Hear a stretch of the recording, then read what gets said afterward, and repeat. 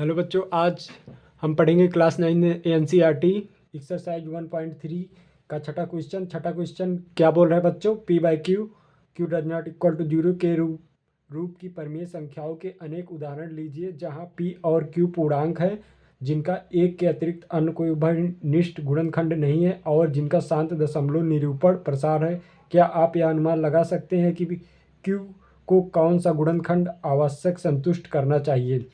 तो बच्चों यहाँ पे पी बाई क्यू दिया गया है, परिमेय संख्या के उदाहरण लीजिए, मतलब पी बाई क्यू का एक हमें उदाहरण लेना है। और पी और क्यू जहाँ पूर्णांक है जिनके एक के अतिरिक्त कोई गुणनखंड नहीं है, जैसे पी बाई क्यू उनके गुणनखंड एक के अतिरिक्त कोई ना हो, जिनका शांत दशमलव निरूपण प्रसार हो, मतलब कि पी बाई क्यू को काटने पर वो कट जाए पूरी तरीके से कुछ दूर जाकर, ये नहीं कि इनफाइनाइट तक कटे ही ना। क्या आप अनुमान लगा सकते हैं क्यू का कौन सा गुण आवश्यक है, मतलब इसकी क्यू की प्रॉपर्टी बतानी है, क्यू किस टाइप का रहना चाहिए ताकि पूरी तरीके से शांत दशमलव प्रसार आ जाए। ठीक है बच्चों, तो चलिए हम क्वेश्चन को सॉल्व कर तो चलिए बच्चों हम क्वेश्चन को सॉल्व करते हैं। क्वेश्चन को पी बाई क्यू के फॉर्म में हमें लिखना है और q does not equal to zero है। तो बच्चों इसकी प्रॉपर्टी जो होती है, इसकी जो गुण होता है, गुण क्या होता है, क्यू जहाँ पे रहना चाहिए, क्यू क्यू जो रहना चाहिए हर, मतलब क्यू हर, वो क्या रहना चाहिए बच्चों, अभाज्य गुणनखंड।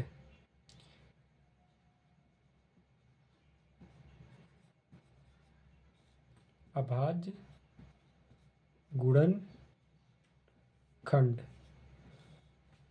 क्यू का हर अभाज्य गुणनखंड इस प्रकार होना चाहिए।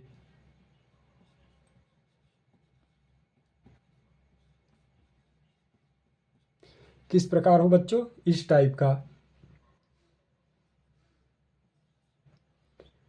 2 की पावर m और दूसरा 5 की पावर n, कुछ भी हो सकता है, mn तीसरा। ये इसकी प्रॉपर्टी है बच्चों स्टैंडर्ड, आपको इसे याद रखना है, 5 की पावर n।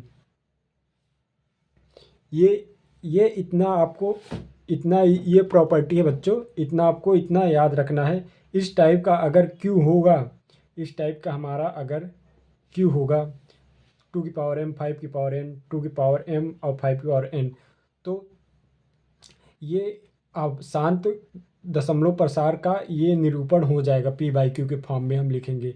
तो जैसे फॉर एग्जांपल हम ले लेते हैं बच्चों, जैसे हम एग्जांपल ले लेंगे, यहाँ पे ले लेते हैं स्पेस है 2/8। 8 क्या है बच्चों, 8 को हम किस प्रकार से लिखते हैं, 2 की पावर 3 लिख देंगे। 8 को लिखते हैं कि नहीं, 8 का फैक्टराइज करेंगे हम तो कितने बार में, देखिए 8 का हम यहाँ पे फैक्टर कर लेते हैं, 8 का अभाज्य गुणनखंड, तो 2 दूनी 4, 2 दूनी 4, 2 इक्यान में, मतलब 2 की पावर 3। तो यहाँ पे 2 की पावर 3 ऐसे, तो ये देखिए 2 की पावर m का फॉर्मेट बन गया है ना। तो अब इसे काटेंगे बच्चों तो ये शांत दशमलव प्रसार का आएगा। तो क्वेश्चन में हमारे यही दिया गया था, आपको दिखा देते हैं क्वेश्चन में। तो ये एक एग्जाम्पल हो गया, और एक एग्जाम्पल हम बता देते हैं, तो क्वेश्चन फिर से आपको दोबारा दिखा देते हैं। क्वेश्चन दोबारा दूसरा ले सकते हैं, 3/25, इसको हम कैसे करेंगे, या 3/, यहाँ पे 7/, कुछ भी ले सकते हैं बच्चों, यहाँ पे 7/25 ले लेंगे। तो 25 को क्या लिख सकते हैं, 5 की पावर 2, 5 की पावर 2, ये भी एक शांत दशमलव प्रसार का एग्जाम्पल हो जाएगा बच्चों, ठीक है ना।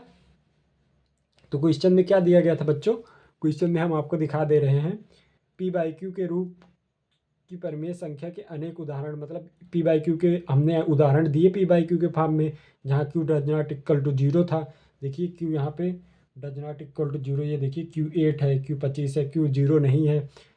पी और क्यू पूर्णांक है जिनका एक के अतिरिक्त कोई उभयनिष्ठ गुणनखंड नहीं है।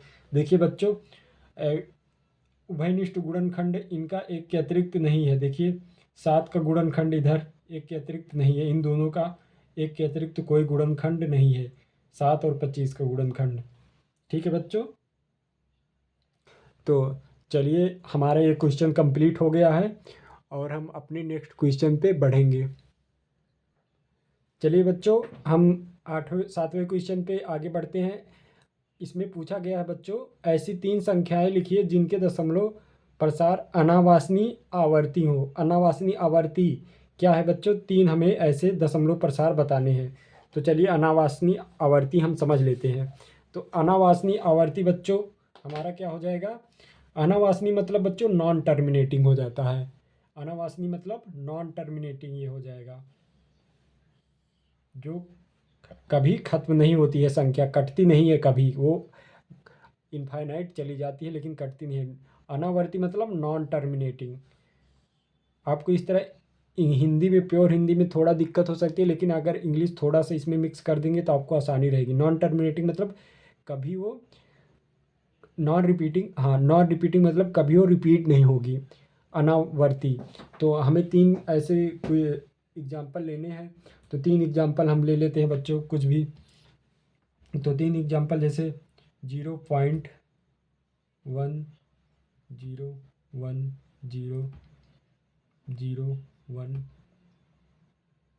0 0 0 1 0 0 0 0 1 डैश डैश। अब ये बच्चों देखिए, ये पहला एग्जाम्पल है हमारा। इसमें देखिए बच्चों, 2 क्या है, 1 0, फिर 1 0 नहीं आ रहा है, 1 डबल 0 आ जा रहा है, 1 फिर 000 आ जा रहा है, 1 4 0 आ जा रहा है, डैश डैश डैश। और ये इनफाइनाइट तक ये चली जा रही है वैल्यू, ये कट भी नहीं रही है। ठीक है बच्चों, तो ये वैल्यू कट भी नहीं रही है और इनफाइनाइट तक चली जा रही है। हम दूसरा क्वेश्चन, दूसरा एग्जाम्पल ले लेते हैं वैसे। तो ये हमारा हो गया नॉन टर्मिनेटिंग मतलब अनावासनी और अनावर्ती हो गई ये। नॉन टर्मिनेटिंग, नॉन रिपीटिंग, ये रिपीट भी नहीं कर रही है, ना अनावर्ती। ठीक है बच्चों, और दूसरा एग्जाम्पल ले लेते हैं। 0.153752, कुछ भी रैंडम नंबर आप ले सकते हैं। हमारा नंबर 15012, ये ऐसे ले लिया। तो देखिए बच्चों, यहाँ पे है ये ऐसे डैश डैश करके कट नहीं रही है, ऐसे इनफाइनाइट तक चली जा रही है। मतलब कि ये अनावासनी हो गई, नॉन टर्मिनेटिंग मतलब टर्मिनेट नहीं कर रही, कहीं भी ख़त्म नहीं हो रही है। अनावासनी मतलब कहीं भी ख़त्म ना हो ऐसी संख्या है। और अनावर्ती मतलब बार बार वो संख्या दोहराए ना। तो ये दोहरा भी नहीं रही है। देखिए 15 आया यहाँ पे, ऐसे है कि नहीं कि फिर से यहाँ पे 15 आ जाए, फिर से यहाँ पे 15 आ जाए, ऐसे नहीं आ रहा है ना।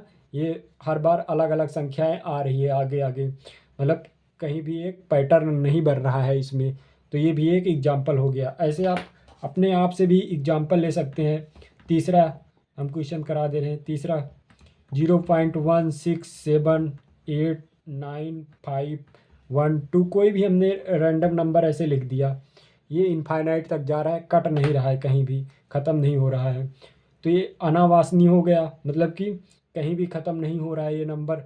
अनावर्ती हो गया, बार बार दोहरा नहीं रहा है ये कोई भी, जैसे 16 आ गया फिर से 16 आ जाए, 95 आ गया बार बार 95 ही आ जा रहा है बार बार।